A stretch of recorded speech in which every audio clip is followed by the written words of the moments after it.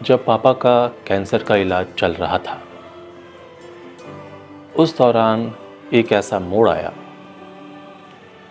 जब मैं और पापा अस्पताल के कमरे में एक साथ थे। पापा लेटे हुए थे और मैं उनके सिरहाने बैठा हुआ था। पापा के आंसू अचानक झरझर बहने लगे। पापा रो रहे थे। मैंने तुरंत पापा से पूछा, पापा आप रो क्यों रहे हैं? पापा ने बोला, बेटा इलाज में इतना पैसा खर्च हो रहा है, मैं क्या छोड़कर जाऊंगा तुम लोगों के लिए। मैं सोचता कि तुम लोगों के लिए ये करके जाऊंगा, वो करके जाऊंगा, लेकिन अब तो कुछ बचा भी नहीं है। तो मैंने पापा के आंसू को पोंछा। मैंने बोला, पापा आप चिंता क्यों कर रहे हैं? सब आपका ही तो है, सब तो आपने ही बनाया है। और रही बात इलाज की और जो पैसे खर्च हो रहे हैं, तो उसकी चिंता आप क्यों कर रहे हैं? हम लोग सक्षम हैं और आप बिल्कुल ठीक हो जाएंगे। आप ऐसा मत सोचिए। मैंने पहली बार अपनी जिंदगी में पापा की आंखों में आंसू देखा था, लेकिन मैं रो भी नहीं सकता था, क्योंकि अगर मैं रोता तो पापा और टूट जाते। मैं सच कहता हूं, अगर मेरे दिल की अगर आंखें होती तो उस दिन मेरे अंदर बरसात हो रही होती।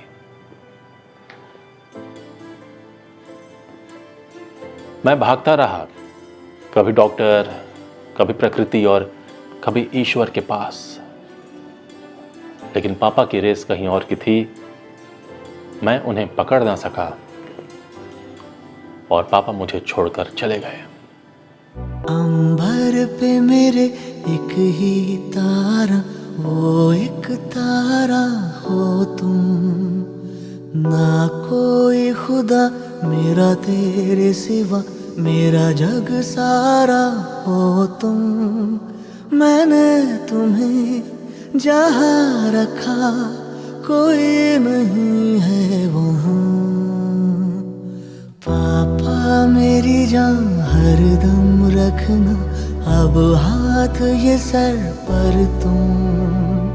पापा मेरी जान मेरे संग चलना, हर मील का पत्थर तुम ही पे तो ठहरते हैं ये रास्ते मेरे लिए।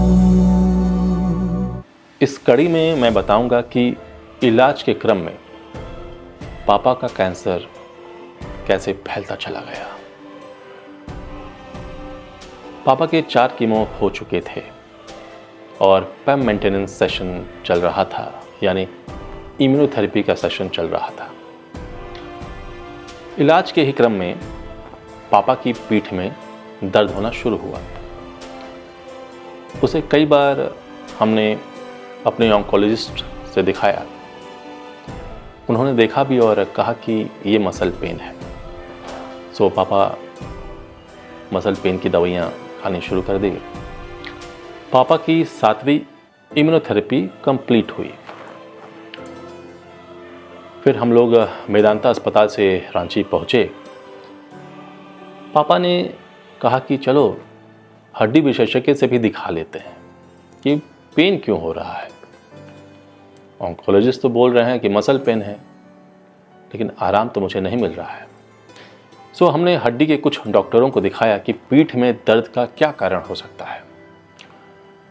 उनका कहना था कि विटामिन की कमी है। सो पापा ने विटामिन की गोलियां खाने शुरू कर दी। लोकल कैंसर स्पेशलिस्ट से भी बात की तो उनका भी कहना था कि कैंसर रिलेटेड समस्या नहीं दिखाई पड़ती, ये हड्डी के डॉक्टरों का मामला लगता है। इसी बीच पापा को यूरिन इन्फेक्शन भी हो गया। ठंड लगकर फीवर आने लगा। मैंने मेदांता के डॉक्टर से बात की तो उन्होंने कहा कि लोकल फिजिशियन से दिखाना चाहिए, आप यूरिन कल्चर करा लें और मुझे भी रिपोर्ट भेज दें। हमने लोकल डॉक्टर को दिखाया, कुछ एंटीबायोटिक्स उन्होंने दी। यूरिन कल्चर रिपोर्ट आने में 3-4 दिन का वक्त लगता है। साथ ही हमने रांची में हड्डी के स्पेशलिस्ट डॉक्टर अंचल कुमार को भी दिखाया। कुछ दिनों से वह बाहर थे, लेकिन उनके आते ही हम उनके पास गए। पापा पीठ के दर्द से परेशान थे। डॉक्टर ने MRI करवाई। रिपोर्ट आने के बाद मैं डॉक्टर से मिलने गया। उन्होंने कहा कि पापा को जितना जल्दी हो आप मेदांता अस्पताल ले जाइए, जहां उनका इलाज चल रहा है। मुझे लग रहा है कि कैंसर हड्डियों में फैल रहा है, कुछ ट्यूमर्स भी दिख रहे हैं। मैं घर आया और पापा को कहा कि मेदांता चलते हैं। मम्मी ने जाने की जिद की। मैंने कहा, माँ मैं दोनों को कैसे संभाल पाऊंगा। माँ ने कहा, मुझे भी ले चलो। मेरे मन में क्या आया, मैंने कहा चलो चलते हैं। अगले ही दिन मैं, पापा और मम्मी मेदांता अस्पताल के लिए रवाना हो गए। हम गुरुग्राम के स्टार होटल पहुंचे। तब तक पापा की यूरिन कल्चर रिपोर्ट भी आ गई। अगले दिन हम पापा के डॉक्टर से मिले। पापा को एडमिट किया गया और पापा का यूरिन इन्फेक्शन का इलाज शुरू हुआ। इस दौरान पापा का हीमोग्लोबिन भी तेजी से गिर रहा था। 2 यूनिट ब्लड भी चढ़ाया गया। ट्रीटमेंट के दौरान डॉक्टर राउंड पर आए और कहा कि एक पेट सिटी भी करा लेते हैं। पेट सिटी हुई। रिपोर्ट आई तो पता चला कि कैंसर बढ़ चुका है। डॉक्टर भी हैरान थे कि ट्रीटमेंट के दौरान कैंसर इतना कैसे बढ़ सकता है। हमने भी पूछा, ऐसा क्यों हुआ, अभी तो ट्रीटमेंट चल ही रहा है। डॉक्टर ने कहा कि अब रेडिएशन करना पड़ेगा। सेल्स म्यूटेट हो चुका था। मेरा दिमाग खराब हो गया था। मुझे अब कुछ भी समझ नहीं आ रहा था कि क्या करें। मैं समझ चुका था कि पापा का कीमो फेल हो चुका है। अब मैं ब्लैंक हो गया था। सोच रहा था कि रेडिएशन पापा कैसे बर्दाश्त करेंगे। मैंने डॉक्टर से कहा कि बिना रेडिएशन कोई उपाय नहीं है। उन्होंने कहा बोन फ्रैक्चर होने का खतरा है, लाइट रेडिएशन देंगे, इससे पीठ का दर्द भी ठीक हो जाएगा और मजबूती भी आएगी। मैंने कहा कि साइड इफ़ेक्ट। उन्होंने कहा नहीं, कोई मेजर साइड इफ़ेक्ट नहीं होगा। पापा ने मुझसे कहा कि इतने दिनों से इन लोगों को कह रहा था कि पीठ में दर्द हो रहा है और ये लोग बस मसल पेन होगा बोलते रह गए। मैं रेडिएशन से पहले दिल्ली स्थित मैक्स अस्पताल भी गया था सेकेंड ओपिनियन के लिए, लेकिन वहाँ भी सेम ट्रीटमेंट। मैं मेदांता आ गया। अब हमारे पास कोई चारा नहीं था रेडिएशन के सिवा। पापा ने घबराकर मुझसे कहा भी कि रेडिएशन के बाद कोई बचता नहीं। मैंने कहा कि पापा आप ऐसा मत सोचिए, डॉक्टर ने कहा है कि लाइट रेडिएशन देंगे, आपको दिक्कत नहीं होगी। अब रेडिएशन के अलावा हमारे पास कोई चारा भी नहीं था। रेडिएशन ना होता तो बोन फ्रैक्चर होने का खतरा भी था, फिर पापा के लिए और भी मुश्किल हो जाती। मैंने कहा कि डॉक्टर ने तो भरोसा दिलाया है कि रेडिएशन के बाद सही हो जाएगा।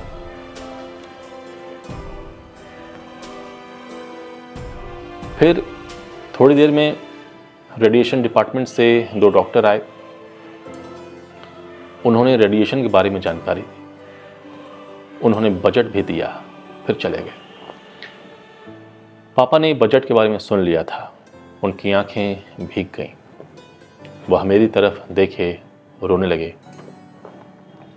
कहने लगे, बेटा इतना पैसा मेरी बीमारी में खर्च हो रहा है, क्या छोड़कर जाऊंगा तुम लोगों के लिए। मेरी मजबूरी यह थी कि मैं रो भी नहीं सकता था।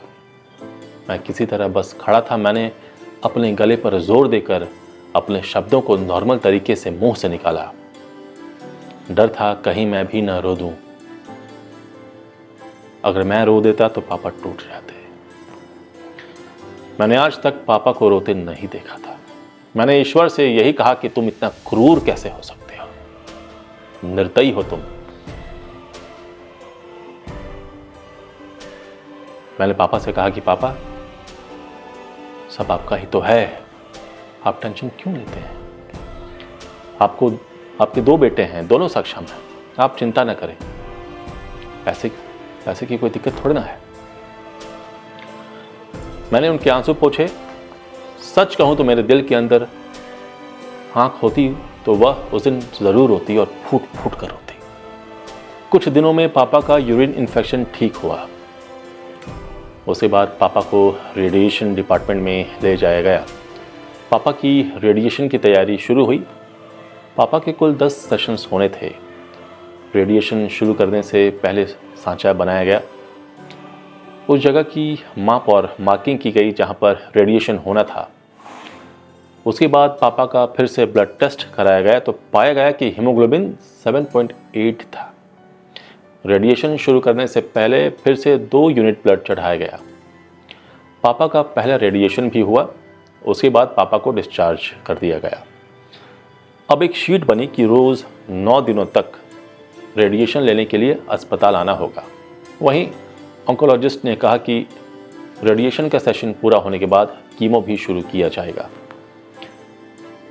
मैंने उनसे कहा कि कीमो किस शरीर में करिएगा? कीमो के लिए शरीर भी तो होना चाहिए। अभी रेडिएशन, फिर कीमो, 70 साल का आदमी क्या क्या झेलेगा?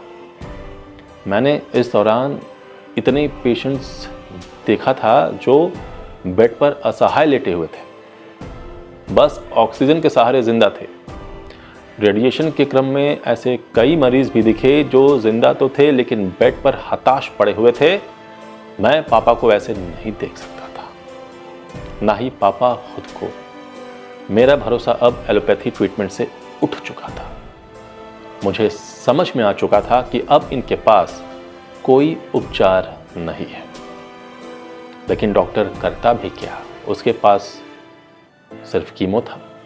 ऑन्कोलॉजिस्ट के पास तो एक ही हथियार होता है, कीमो कीमो कीमो। और क्या होता है? लेकिन अभी भी मेरा भरोसा ईश्वर पर से डिगा नहीं था। भरोसा था कि पापा बिल्कुल ठीक हो जाएंगे। ईश्वर का दिल कभी तो पसीजेगा।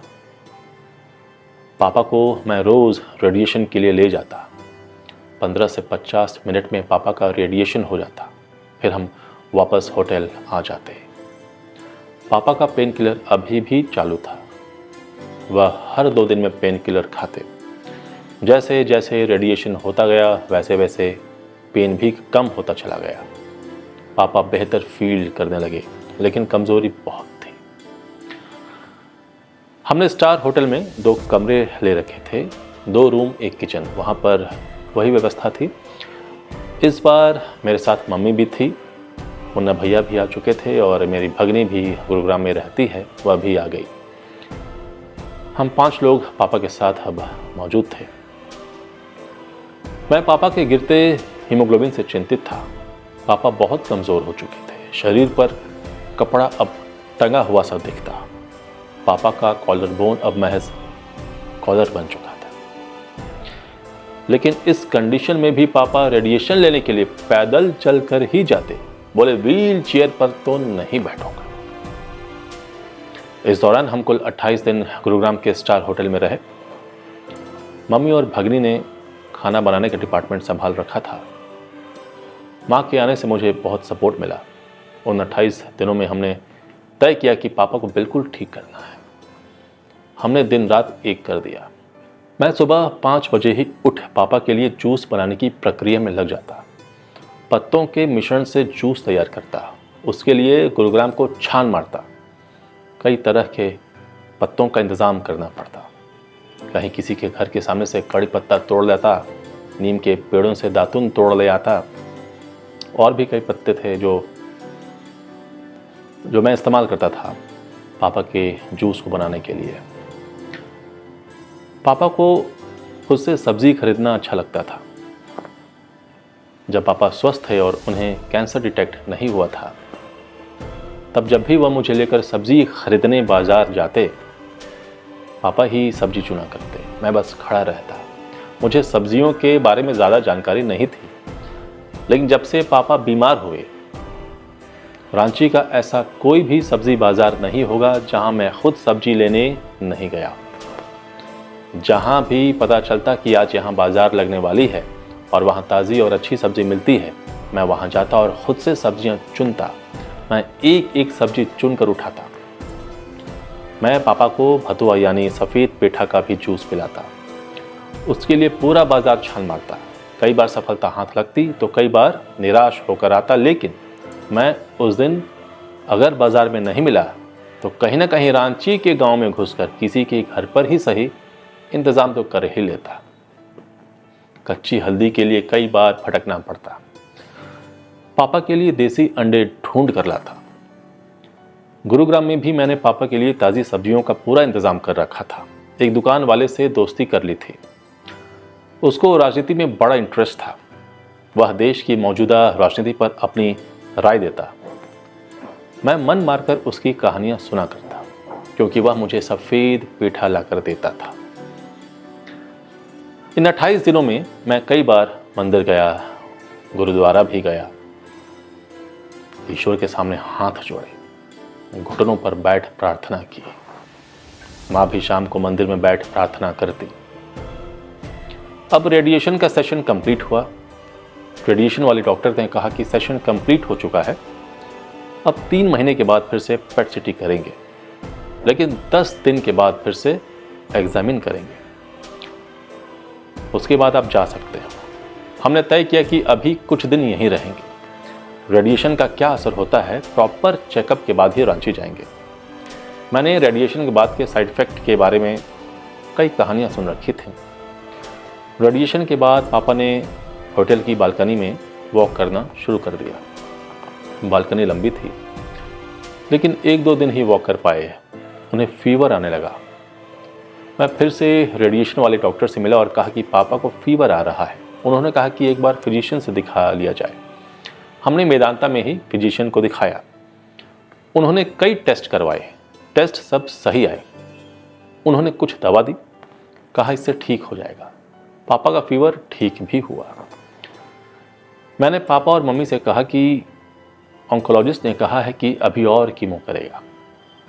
पापा ने कहा मुझे अब कीमो नहीं कराना, अभी तो रेडिएशन हुआ है, मैं कीमो बर्दाश्त नहीं कर पाऊंगा, मुझ में अब शक्ति नहीं है,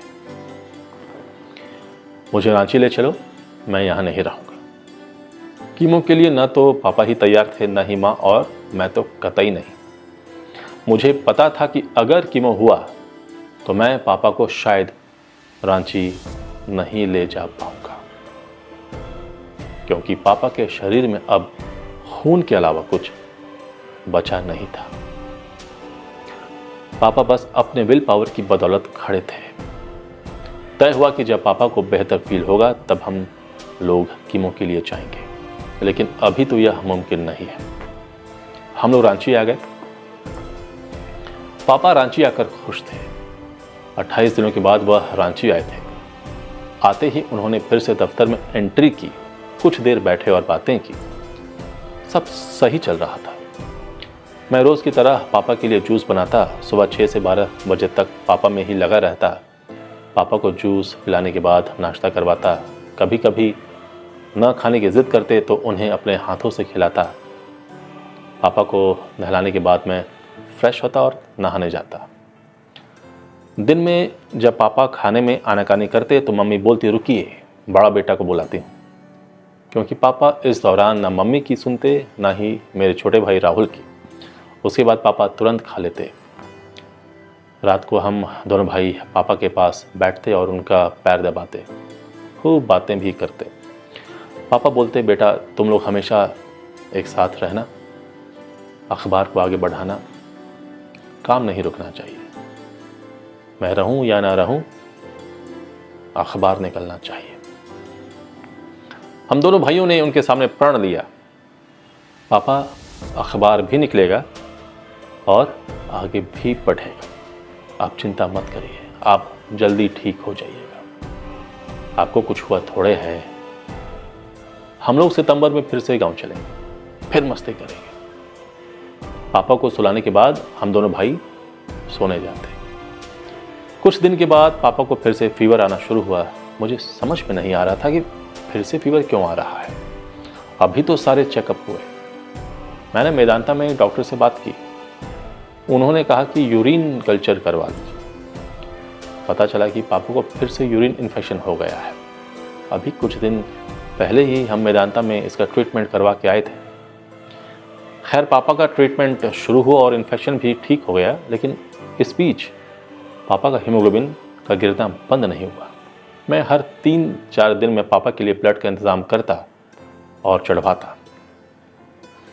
यह सिलसिला कैंसर ट्रीटमेंट के बाद से जो शुरू हुआ वो रुकने का नाम नहीं लिया। मैंने कई बार डॉक्टर से पूछा भी कि ऐसा क्यों हो रहा है। उनका कहना था कि बोन मैरो सप्रेस होने के कारण ऐसा होता है, ठीक हो जाएगा। बीच बीच में पापा को बेहतर फील होता, वह योगा भी करते। इस बीच कई रिश्तेदार पापा को देखने आते। मैंने उन्हें साफ मना कर रखा था कि आप लोग आइए, लेकिन कोई पापा के सामने नेगेटिव बात नहीं करेगा और तो और उनके सामने रोएगा नहीं। पापा बेड पर ज़्यादा समय बिताते। बीच बीच में मैं उन्हें चलाता, हल्का फुल्का हाथ पैर की थेरेपी करता, थोड़ी बहुत एक्सरसाइज करवाता। पापा योगा भी करते। पापा की पीठ का दर्द बीच बीच में उठ जाता। हैवी पेन किलर खाना पड़ता। जब भी मैं रात को सोने जाता, डर लगा रहता।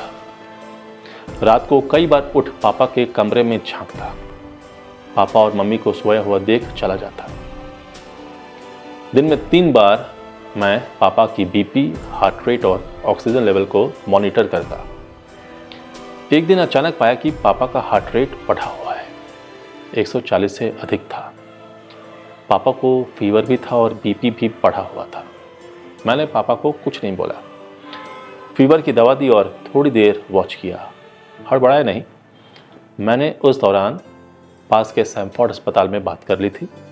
मैंने राहुल को बोला गाड़ी निकलवाओ। मैंने माँ को बताया अभी पापा को अस्पताल ले जाऊंगा, तुम लोग पैनिक मत होना, पापा का हार्ट रेट बढ़ा हुआ है। फिर मैंने पापा को हल्के अंदाज में बोला, पापा एक बार सैमफोर्ड अस्पताल चलते हैं, थोड़ा दिखा लेते हैं कि फीवर क्यों आ रहा है। पापा को मैंने नहीं बताया कि उनका हार्ट रेट बढ़ा हुआ है, नहीं तो वो पैनिक करते। पापा बोले हाँ ले चलो, मुझे भी थोड़ा अनईजी लग रहा है। पापा उठे और चलने लगे। मैंने कहा पापा चेयर पर बैठ जाइए, सीढ़ी क्यों उतरिएगा। वह चेयर पर बैठकर सीढ़ी नहीं उतरना चाह रहे थे। मैंने कहा पापा प्लीज़ बैठ जाइए। पापा बैठे और हमने उन्हें सीढ़ियों से उतारा। गाड़ी में बिठा अस्पताल ले गए। पापा एडमिट हुए। जांच हुई तो पाया कि पापा के लंग्स में फिर से पानी भर गया था। लंग्स से पानी निकाला गया। करीब 1200 ml पानी निकला। उस दौरान ब्लड भी चढ़ाया गया। वही हीमोग्लोबिन वाला इशू तो था ही। फिर पापा 4-5 दिनों में डिस्चार्ज हो गए। घर आकर मैंने पापा को कहा कि मेदांता में हमने कई बार डॉक्टर से पूछा भी कि लंग्स में पानी तो नहीं भरेगा ना, लेकिन उनका कहना था कि इतनी जल्दी पानी नहीं भरता। उसके बाद कई चेकअप भी हुए थे। पाया गया कि पानी तो है लेकिन अभी उतना नहीं है कि निकालना पड़े। हम तो डॉक्टर के भरोसे पर ही थे। खैर पापा पहले से बेहतर फील कर रहे थे।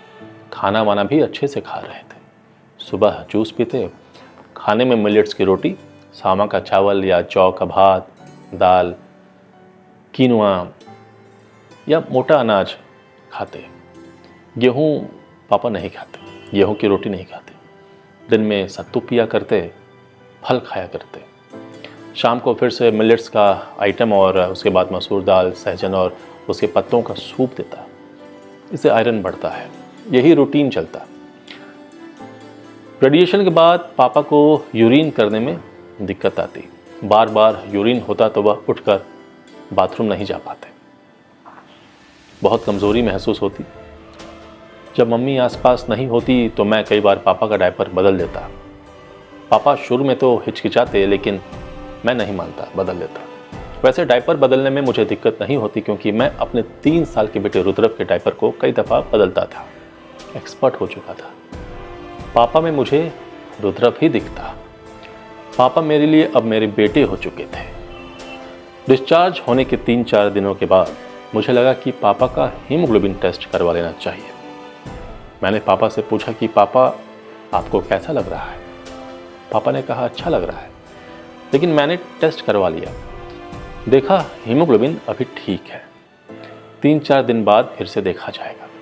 अगर पापा को अच्छा लगेगा तो टेस्ट की ज़रूरत नहीं पड़ेगी। 2 दिनों के बाद पापा को शाम में पेट में दर्द उठा। हम लोग फिर से पास के सैमफोर्ड अस्पताल गए। पापा एडमिट हुए। पापा को हेपेटाइटिस ए और जॉन्डिस डिटेक्ट हुआ। इलाज शुरू हुआ। कंट्रोल करने की कोशिश की गई।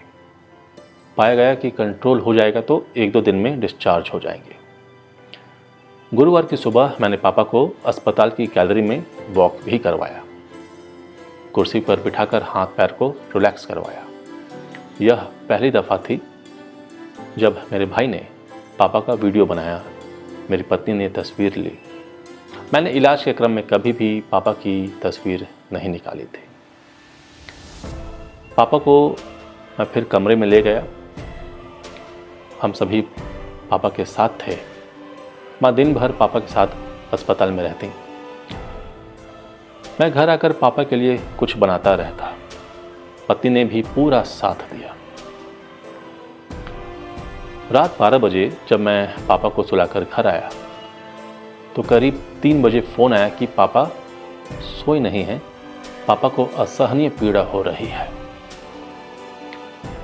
मैं तुरंत अस्पताल गया। पापा को शौच करने में दिक्कत हो रही थी। फिर एनिमा के ज़रिए पापा को शौच कराया गया। अब सुबह हो चुकी थी। मैं तुरंत घर गया, घर पास में ही है, और पापा के लिए जूस बनाकर ले आया। हुआ कि कुछ पी लेंगे तो अच्छा लगेगा। फिर उसके बाद मैंने पापा को दूसरे कमरे में शिफ्ट कराया। लगा कि थोड़ा रूम चेंज करते हैं, माहौल बदलेगा, पापा को थोड़ा अच्छा फील होगा। तो हम लोगों ने स्वीट लिया। मैं और पापा एक सोफे पर बैठे।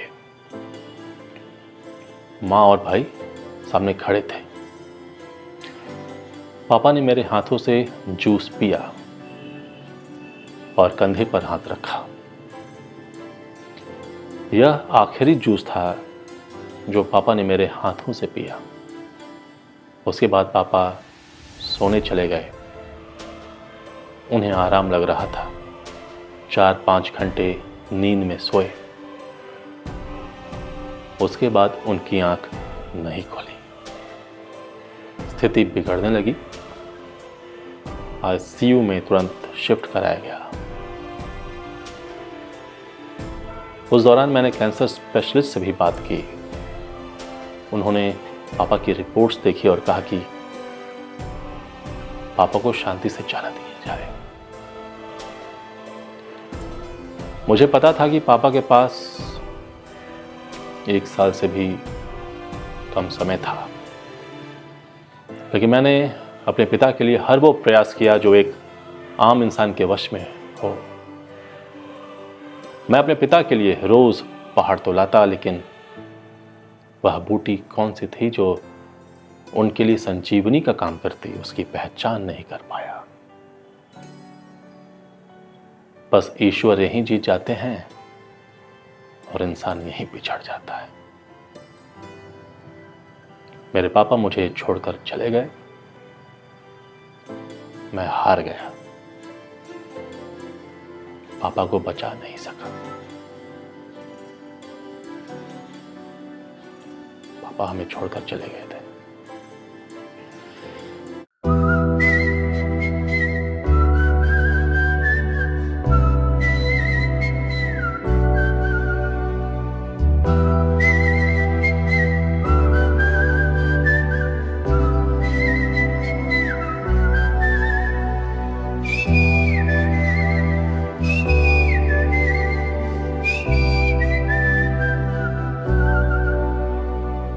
अंबर पे मेरे एक ही तारा, वो एक तारा हो तुम। ना कोई खुदा मेरा तेरे सिवा, मेरा जग सारा हो तुम। मैंने तुम्हें जहाँ रखा कोई नहीं है वहाँ। पापा मेरी जान हरदम रखना, अब हाथ ये सर पर तुम। पापा मेरी जान मेरे संग चलना, हर मील का पत्थर तुम ही पे तो ठहरते हैं ये रास्ते में